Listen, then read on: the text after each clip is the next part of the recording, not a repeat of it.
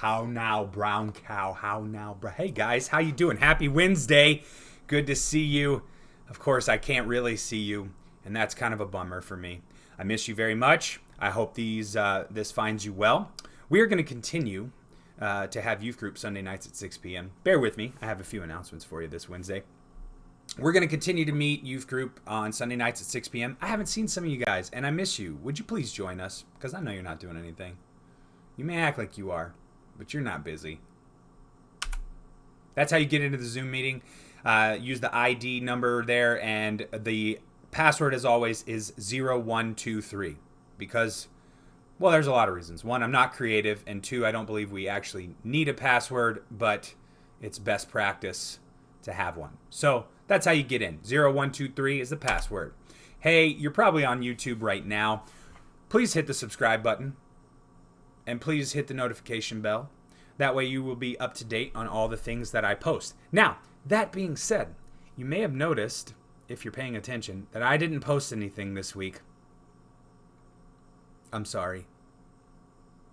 I'm busy. I'm a busy man. I'm writing papers for ordination. I have lots of excuses, really. And I'm sorry. Next week, I'll get back into my making devotionals and putting them out for you guys to see. So I apologize for that.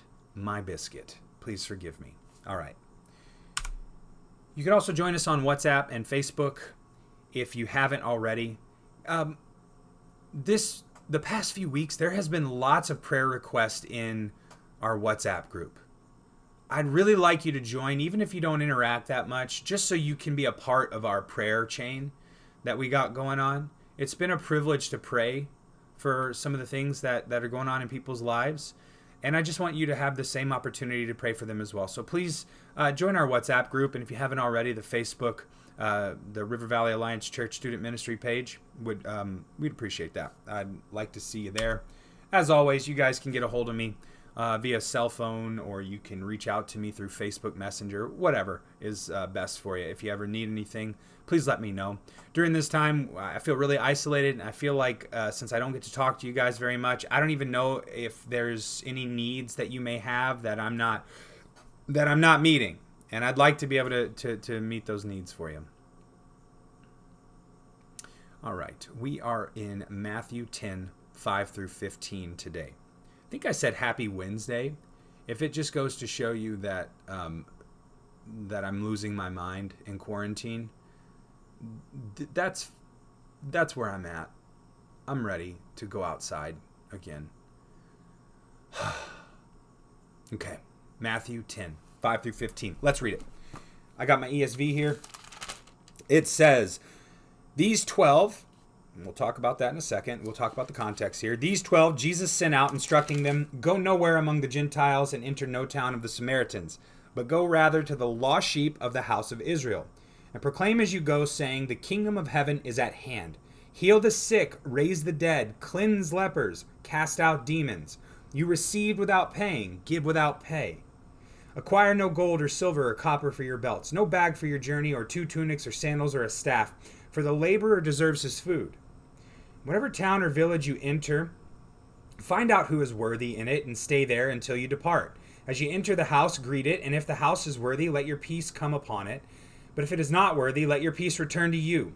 And if anyone will not receive you or listen to your words, shake off the dust from your feet when you leave that house or town. Truly, I say to you, it will be more bearable on the day of judgment for the land of Sodom and Gomorrah than for that town. Wow, that is very serious stuff that Jesus is saying here. Now, it says that Jesus is sending these 12 out, and it's showing us about the instruction that he's giving to them. If you remember, you can look back, if you don't remember, to verse 1 in chapter 10. It says, and he called to him his 12 disciples and gave them authority over unclean spirits to cast them out, to heal every disease and every affliction. Then it goes on to name them in the pairs that he sent them out in.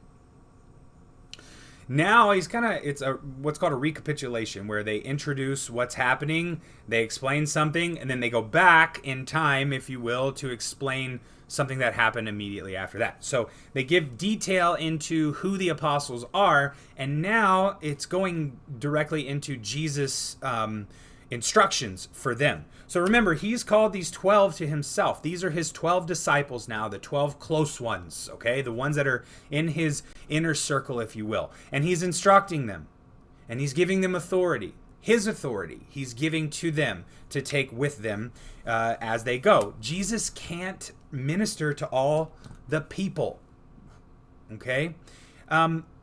If you remember, let's go ahead and I'll show you this map here.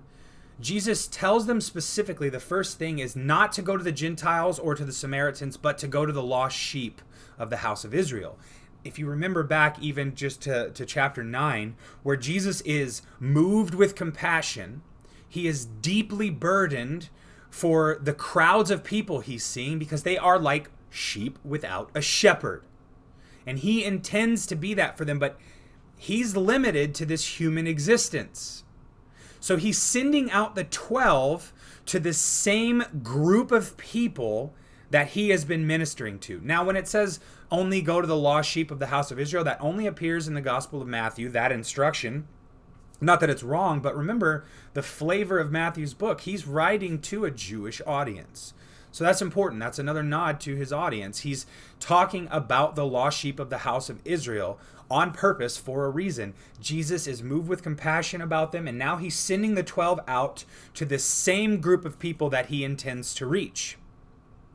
Not only is he sending them out to the same group of people he intends to reach, but he's also sending them out with the same message. He says they go out with this message that the kingdom of heaven is at hand. That should remind the reader instantly of John the Baptist's message. Repent, for the kingdom of heaven is at hand. And then just a chapter later, after Jesus is baptized, the Holy Spirit comes down on him like a dove, and the voice of God the Father says, "This is my beloved Son, who I'm well pleased with. Listen to him." Then he goes into the wilderness for 40 days and 40 nights to be tempted. And when he comes out with a message, and it's the same message. Repent, for the kingdom of heaven is at hand. He's equipping them with the same message. So he's sending them to the same crowd. He's sending them with the same message. And he goes out, now he's doing something a little different. He's sending them out with these instructions to take the message that the kingdom of heaven is at hand. But then he says, heal the sick, raise the dead, cleanse lepers, cast out demons. What we've just read in the previous 2 chapters and beyond, really. But immediately after the Sermon on the Mount, chapter 8 and chapter 9 shows the miracles that Jesus has been doing. He has been healing the sick, raising the dead, cleansing lepers, and casting out demons to anyone who needed that help. Just as Jesus can't take the message that the kingdom of heaven is at hand, he sends them out with the authority that he had over these things. To take that with them. And I want you to consider why. Jesus was saying a lot of wacky things. He was teaching with authority. He was healing, and all these things were for a purpose. You can't make the claims that Jesus did and not give evidence to support it. What I mean by that is if I come into the room and I say, I'm the Messiah, and I just, bearded fella like me with my hair all wacky and wearing my, my Star Wars slippers, come into the room and I say I'm the Messiah, you're probably not going to believe me. But if the same dude comes in, casts out demons, heals leprosy, heals the sick, and raises the dead, you might pay a little closer attention, right? So God is using the miracles of Jesus to show not only that he has authority, but that he is who he's claiming to be, that he is the long-awaited Messiah. And now he's equipping them with the same authority he has to reach a broader audience. And he's doing that, giving them this authority over demons, over leprosy, over sickness, over death even, to raise the dead. He's doing that to validate their message. The kingdom of heaven is at hand. And if someone comes and tells you the kingdom of heaven is at hand, it is right here in front of you, and then they do a crazy miracle or raise someone from the dead, you're going to pay attention. So he sends them out equipped. Now, before we go on, I just want to say he tells them to do these things. These are commands. And he says, but you receive without paying, give without pay. Acquire no gold or silver or copper for your belts, no bag for your journey, or 2 tunics or sandals or a staff, for the laborer deserves his food. That line, the laborer deserves his food, is Jesus saying, I intend to pay for what I'm ordering. You will be taken care of supernaturally when you go out with this message, fellas. That's what he's saying. You don't need to... you are not a priest for hire. You are not a miracle worker for hire. You are not to do this for money, or you're not to even take 2 tunics. You are supposed to go with full assurance, fully trusting, fully depending on God. You're not to worry about money. You are to give freely instead. You are not to worry about the provisions and what you will eat and what you'll wear, because you'll be provided for. And how will Jesus provide for them? Before we go into this next section, I have to tell you a little bit about Near Eastern customs. This is a society to this day that has a kind of hospitality that we can only imagine, all right? When they bring someone into their house, they become legally responsible for them. Especially in the first century, this is how you are to read this next section in this historical context. When you take someone in, you're supposed to take care of them. So they would take people in, they would give them the best bed, they would give them new clothing, they would allow them to wash themselves, they would wash their feet, they would create a feast for them, they would keep them longer than they even intended to stay. They would compel them to stay longer and longer. It is an intense kind of hospitality that is done in the Near East and Middle East and Arabian world even to this day. That's the kind of hospitality that they are to show one another. That is their custom. And when it didn't happen, it was a sign that either the person was very rude, an understatement to say a person was very rude not to take care of their neighbor in this situation, but it's also showing a sign of disdain for whatever that person believes. So that's how we're supposed to understand this next part. So when Jesus says the word worthy 3 times, when he says if you go into a house, whoever's worthy, stay there. And you enter the house and greet it, and if the house is worthy, let your peace rest on it. But if it's not worthy, let your peace return to you. If anyone will not receive you or listen to your words, shake the dust off from your feet when you leave your house or that town. Okay, this is where it starts to get serious. That word worthy is used there on purpose, and it is in the context of this Near Eastern hospitality. If someone hates you so much that they won't even show you what is common courtesy, common in this era, then you are to shake the dust off from your feet as a sign against them and move on to the next town. But if you find someone who is receptive, someone who will listen, it doesn't even necessarily mean that they like you or they like your message. It just means someone who is willing to bring you into their home and hear your message that the kingdom of heaven is at hand, and you are able to help them and stay with them.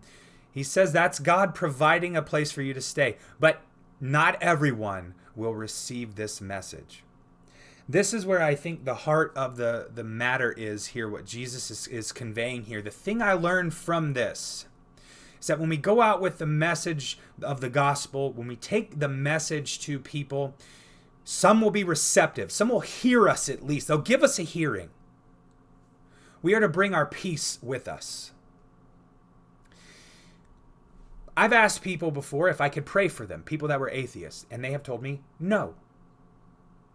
And it shocked me a little bit. I've never had anyone tell me no until that point. And it's at that point where I realized, okay, well, then I'm just going to keep it and move on. I tried to share this with them. I don't think we're responsible for anything beyond that. I think what people don't understand is that they are responsible for what they do with the message you bring them. And that's why those words are so scary. Truly, I say to you, it will be more bearable on the day of judgment for the land of Sodom and Gomorrah than for that town that rejects you. Now he's saying that to these disciples. This is a command given to these 12 at a specific time in history for a specific purpose. So we're not to see an exact one-to-one comparison between the life of the disciples here and our message. There are some critical differences that we need to remember. But it's also a lesson to remember that not everyone will receive you. And that doesn't mean that God's not providing for you. That doesn't mean that the message is not true. That doesn't mean that God does not care. It means that a door has shut. Keep looking for the open door to push at. So as you guys are processing this, as you're thinking about people that you share the truth with, as you are thinking about cousins, loved ones, friends, family members that maybe aren't as receptive, okay? Don't beat your head up against a wall. Always have the message of the good news, that the reason why you have hope in you, always have that ready.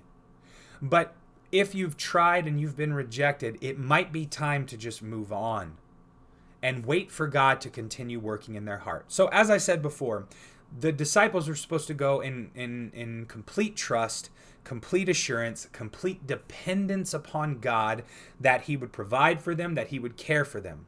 But they're also going in full assurance that God is going to prepare the hearts of people to hear and be able to receive the message. And we are just to continue to try to find them. I love you. I miss you. And that's where we're going to leave this one until I see you again. I hope you have a fantastic day. Take care, guys. And we'll see you tonight. Because it's not Wednesday. It's Sunday. But I'm recording this on Friday. You can hit the stop button now.